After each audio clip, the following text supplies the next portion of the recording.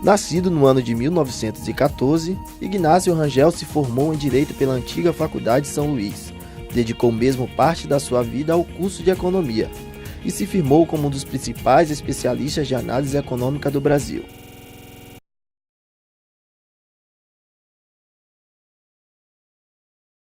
Ignácio Rangel, ele é um economista fundamental para a gente entender a economia brasileira do século XX, mas ele tem uma peculiaridade, que ele não é um economista, ele é um economista muito heterodoxo, né? Então, mesmo a UFRJ, que é uma faculdade que segue uma linha heterodoxa, ela não tem ela não trabalha a obra do Rangel, mesmo dentro dos cursos de economia brasileira, como talvez fosse mais justo, né? E por que isso, né? Porque o Rangel, ele é um camarada de um pensamento, assim, ele é um cara muito ousado, né? E ele não segue, ele não está, digamos, filiado a nenhuma corrente de pensamento, digamos assim, mais tradicional, mesmo considerando a heterodoxia, ortodoxia, porque ele tem uma maneira dele, a visão dele do processo, no qual permite a ele transitar entre os diversas correntes do pensamento econômico, né? Mas a origem dele, sem dúvida, está no pensamento marxista. Na verdade, o Rangel, em economia, ele é um autodidata. Ele escreveu a principal obra dele, assim, no campo, digamos, da visão do Rangel sobre o processo, é a dualidade básica da economia brasileira. Ele escreveu esse livro e esse livro foi entregue ao Corecon para ele conseguir o título dele de economista. Então, a formação dele é em Direito e ele se insere, no primeiro momento, dentro do pensamento marxista. E é dentro do pensamento marxista que ele vai fazer as primeiras formulações dele sobre a economia brasileira, né? O Rangel, a ortodoxia do Partido Comunista Brasileiro defendia o seguinte: olha, para o país se industrializar, você precisa fazer a reforma agrária antes, ou seja, a reforma agrária é pré-condição para a industrialização. E o Rangel dizia o seguinte: olha, nas condições brasileiras, isso não vale. Ou seja, é possível o Brasil se industrializar sem fazer uma reforma agrária prévia. Isso resultou na expulsão do Rangel do Partido Comunista, né? E ele tem os trabalhos dele sobre a questão agrária, são trabalhos importantes e, de fato, a história mostrou que, por mais que esse desenvolvimento, que prescindiu de uma reforma agrária, como o Partido Comunista realizava, não foi realizado e gerou, assim, desequilíbrios para o desenvolvimento brasileiro, mas realmente, ou seja, o que o Rangel queria dizer é o seguinte: não havia condições políticas para se fazer reforma agrária no Brasil. E ele mesmo havia tentado, quando ele participou do movimento da Intentona, exatamente, se aquilo fosse vencedor, uma das primeiras coisas a serem feitas seria a reforma agrária. Então, ele teve a experiência ali de ter fracassado, porque o poder dos latifundiários era muito grande, etc. A ideia dele, na verdade, era você comer pela beirada. Bom, já que a gente não dá para enfrentar o bicho diretamente, vamos fazendo aquilo que é possível, porque o próprio processo de industrialização geraria contradições que levariam em algum momento que essas questões fossem resolvidas. Essa foi a primeira dissidência do Rangel, né? Depois, o Rangel é convidado, quando o Rômulo Almeida então assume a segunda assessoria do governo Vargas, em 1952, 1950, ele leva então o Rangel para participar da assessoria. O Rangel ali já era um advogado, né, formado, né? E o Rangel então participou da formulação ali, de todo o processo de estruturação do sistema elétrico brasileiro, né, que depois resultou na criação da Eletrobras já no período posterior, né? O projeto foi segmentado. Primeiro você garantiu os recursos, né? Você criou o Fundo Nacional de Eletrificação. Depois você criou o Programa Nacional de Eletrificação e a Eletrobras, que seria exatamente a empresa responsável por organizar e coordenar os investimentos para a expansão da capacidade do setor elétrico brasileiro. Ela só foi criada no governo do João Goulart, né? Quase 10 anos depois dessas primeiras leis que foram aprovadas. ele participou também da estruturação da Petrobras, né? Então esse período foi um período muito rico para o Rangel, né? Ele estava realmente no centro da formulação da política de desenvolvimento do Brasil, que é o projeto Vargas, né? Inclusive o BNDES ele é fruto dessa época, né?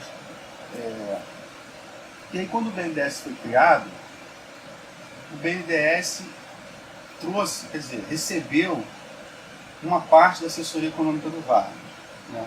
O Rangel veio para cá, o Jesus Soares Pereira, o Quirino Paiva Leite, e ali, naquele momento, o banco estava em formação ainda, né? Recebendo quadros, e teve até um episódio interessante, porque o Inácio Rangel ele fez um concurso para o banco, passou e não foi aprovado, porque o DOPS vetou ele lá como ele era subversivo, comunista, não sei o quê. O problema que ele tinha, quer dizer, a participação dele lá atrás na intentona, né? E nesse caso é muito interessante que o Roberto Campos, que era o superintendente do banco, e que foi o cara que estruturou o BNDES, e que promoveu esse primeiro concurso, ele disse o seguinte, olha, não só o Rangel, o Saturnino Braga, o Juvenal Osório, que inclusive esse prédio aqui que é o nome dele, eles foram também censurados pelo DOPS, e o Roberto Campos teve que intervir pessoalmente para garantir a entrada do Rangel, do Saturnino, do Juvenal tal, no banco, né? Aí quando o Rangel vem para o BNDES, logo depois ele vai para a CEPAL, fazer um curso na CEPAL, né? E é interessante que ele foi para lá para fazer um curso sobre planejamento, né? Ele chegou lá e disse o seguinte, olha, o que eu preciso é fazer um curso sobre projetamento, ou seja, é a questão que estava se estruturando no BNDES, inclusive com uma inovação institucional, porque o que acontecia? Assim, não havia no Brasil profissionais nem instituições qualificadas para fazer análise de projeto, né? Se havia profissionais que trabalhavam no setor bancário que faziam análise de crédito, né? Estavam acostumados a lidar com garantias, etc. Mas análise de projetos não.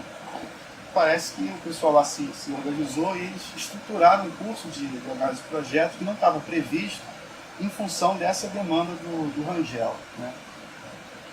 E tem uma passagem curiosa que é o seguinte, né? Durante o curso, o Rangel recebeu a notícia do suicídio do Vargas, né?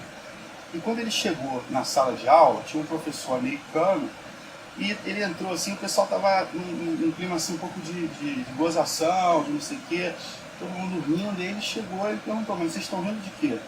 Aí o professor disse, mas você não sabe o que aconteceu? Não, ele falou, olha, o seu presidente acabou de se suicidar, né? Aí ele disse, nossa, que coisa terrível e tal. Aí ele falou o seguinte, que a partir daquele momento ele tinha virado getulista, porque realmente naquele momento ele acreditou que nos propósitos do Getúlio Vargas, né? O cara que chega ao ponto de se suicidar, né, tirar sua própria vida por um ideal, eu acho que valeria acreditar nele, digamos, né? E aí quando o Rangel volta para o banco, aí ele já imbuído daquela coisa, aquele pensamento totalmente cepalino, estruturalista, né? A industrialização era o caminho a ser seguido, todos os problemas de inflação, etc., eles seriam corrigidos na medida que o processo de industrialização ia avançando e, digamos assim, os pontos de estrangulamento, as restrições de oferta iam sendo resolvidas e isso ia, de certa forma, contribuindo para resolver o problema da inflação, né? E aí vem o seguinte, quando o ciclo do plano de metas acaba, no início da década de 60, começa-se então uma situação um pouco parecida com o que a gente está vivendo aqui, né? A economia começa a ir mal, né? A política vai ficando instável por causa disso, né?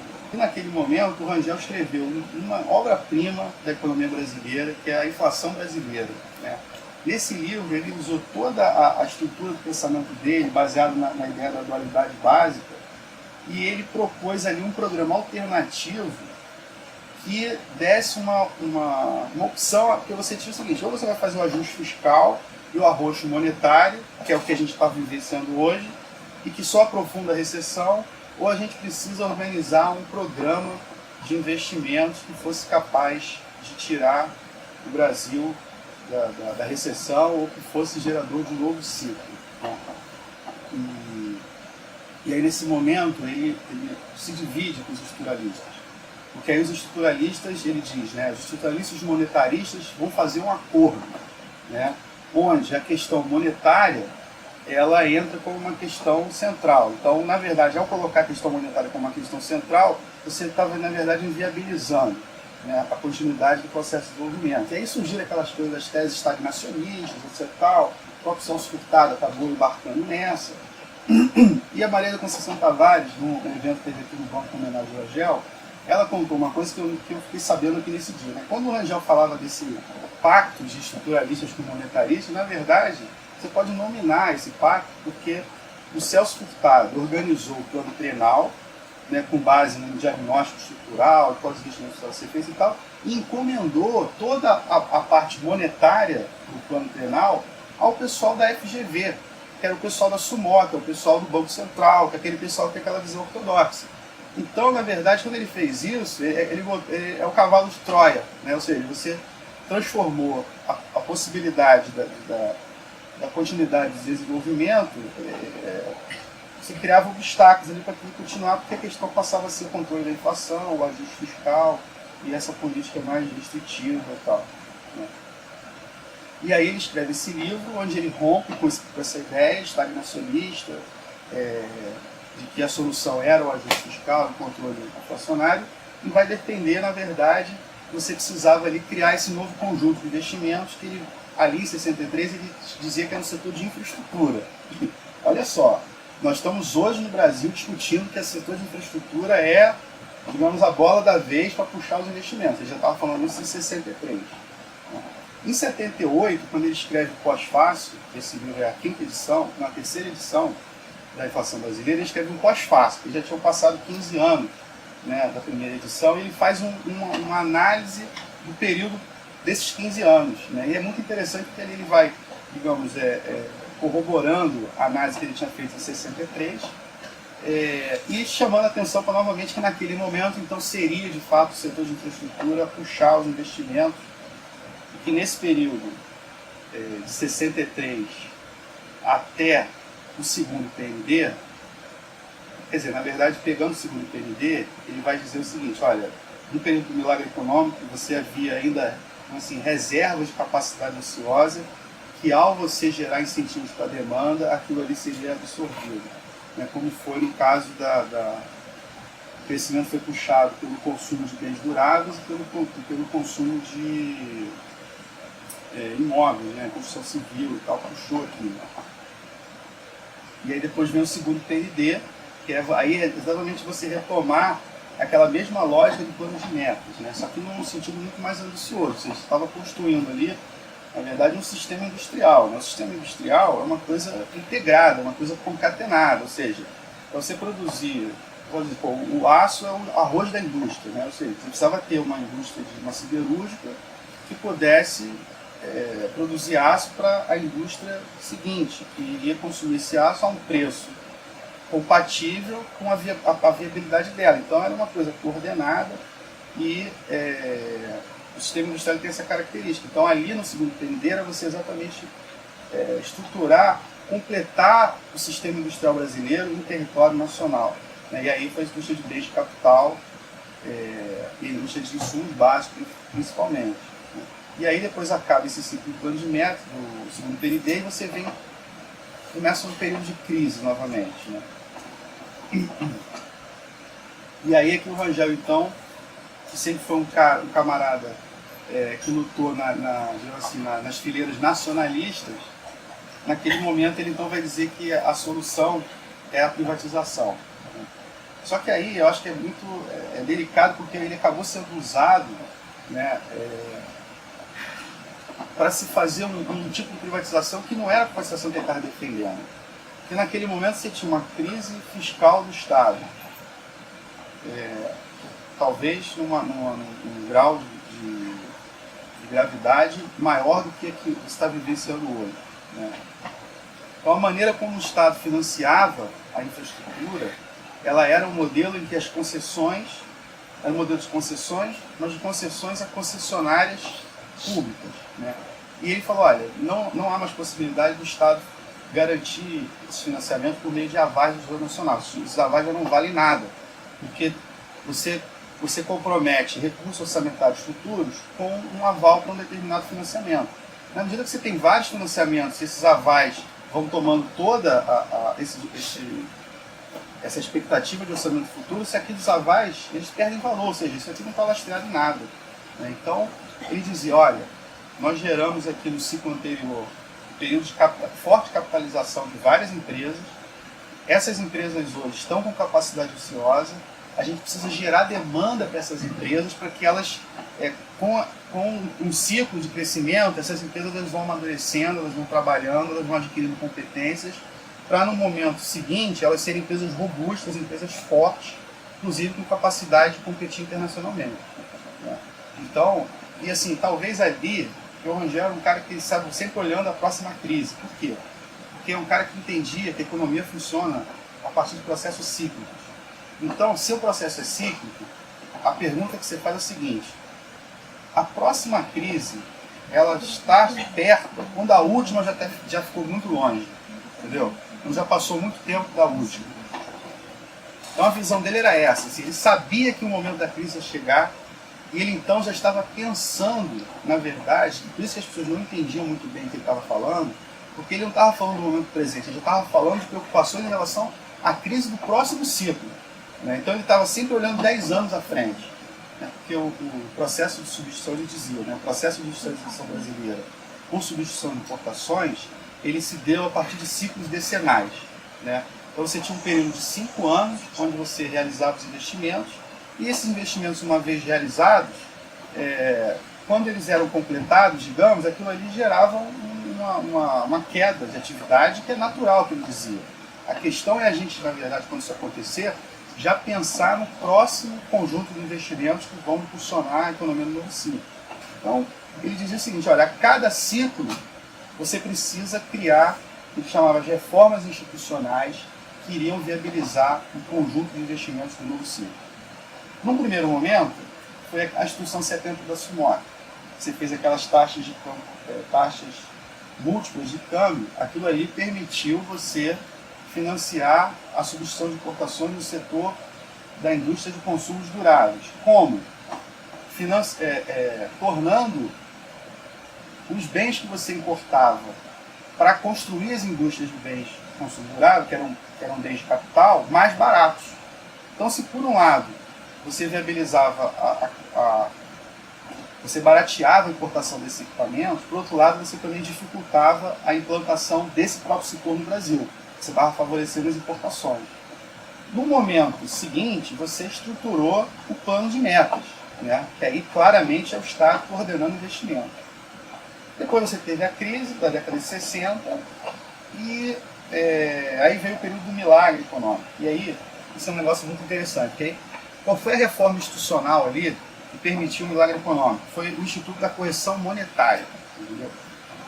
E a correção monetária é uma ideia do Rangel também. O Rangel dizia o seguinte, que a esquerda brasileira levava a direita nas costas. Porque eles estavam olhando as coisas, estavam analisando os processos, davam as ideias e eventualmente essas ideias eram aproveitadas ou não. Então a privatização no início dos anos 80 foi essa proposta do Rangel de como você reativar a economia. E outra coisa interessante também é o seguinte, que quando nos anos 80 o banco, que tinha crédito e equity em diversas empresas, começaram a entrar em problemas, dificuldades financeiras, o banco assumiu essas empresas, o controle dessas empresas, mas o banco na prática ele não podia administrar essas empresas, ele não é o papel do banco administrar uma empresa. Então o que o banco fez? Ele tinha que vender. Mas ao vender essas empresas, muitas estatais, o banco tinha que fazer um processo de privatização. Era uma coisa de privatização, de mobilização de ativos estatais. E a partir dessa experiência do banco é que foi criado o Plano Nacional de Desestatização, que foi implantado no governo Collor e começou ali, então, de certa forma, você a vender as empresas. Que era o seguinte, você pegava uma empresa que tinha um controle estatal e passava isso para essa empresa de controle privado. O outro tipo de privatização é a privatização que o Rangel estava defendendo, que seriam as concessões para concessionários privados. Mas isso é uma coisa que depois se viu que é muito difícil o Estado ser um Estado regulador, né? Porque você precisa ter uma estrutura de fiscalização, de acompanhamento, que é difícil de você trabalhar, né? E, em geral, o que aconteceu foi que as agências reguladoras foram capturadas pelos interesses daqueles que eles deveriam regular. Então, na verdade, quem determinava as regras, no final das contas, de como as coisas aconteciam, eram as próprias concessionárias, e não o órgão regulador.